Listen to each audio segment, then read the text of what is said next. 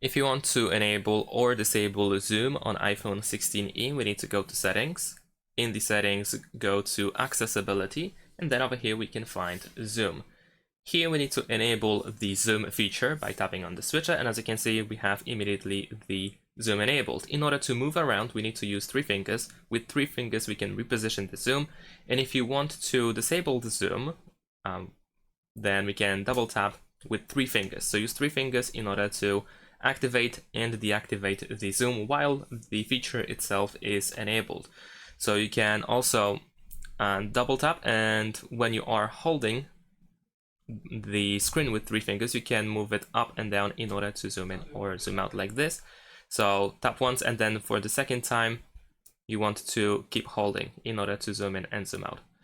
And that's pretty much it. This is how we can use zoom on iPhone 16e. If you want to turn off this feature, then of course we can go back to the same settings and tap on this switcher to turn it off.